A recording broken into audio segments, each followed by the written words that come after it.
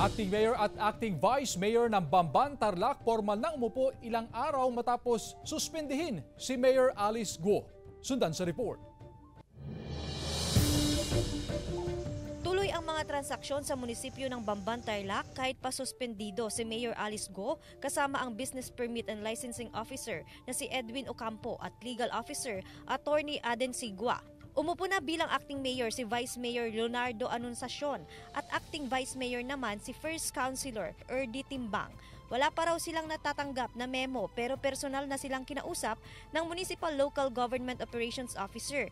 Wala si Anunciacion sa munisipyo ng puntahan ng news team. May special session po kami sa Friday para po lahat ng resolution na urgent po yon para yung mga payroll po ng mga empleyado ng munisipyo at iba pang pangangailangan mapirmahan na po ng acting mayor. Nag-work naman sila, nagtatrabaho naman, maayos. Kagabi, pinulong ni Anunciacion ang mga department head. Kinausap raw sila na dapat tuloy-tuloy pa rin ang mga proyekto at mga transaksyon sa LGU. Actually, kung ano man po yung mga na-plot po namin ng mga program, as we have mentioned po sa ating pong acting mayor, is inaprubahan naman niya na tuloy-tuloy pa rin po kung ano po yung mga handa ng mga program po. Magtatalaga rin ng mamumuno sa Business Permit and Licensing Office habang suspendido si Ocampo.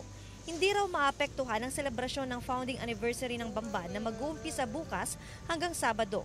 Samantala, nakahandang mag-hain bukas ng motion for reconsideration with motion to lift the suspension ang kampo ni Mayor Alice Guo. We are hoping because we have legal grounds naman on our motion and we are back up with the documents that we need.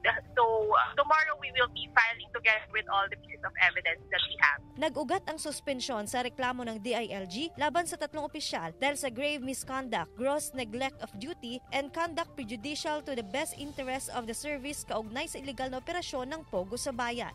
Mula sa Bamban, Tarlac, kasama si Ron Alister Taniedo, John Punsoy, One North, Central Luzon.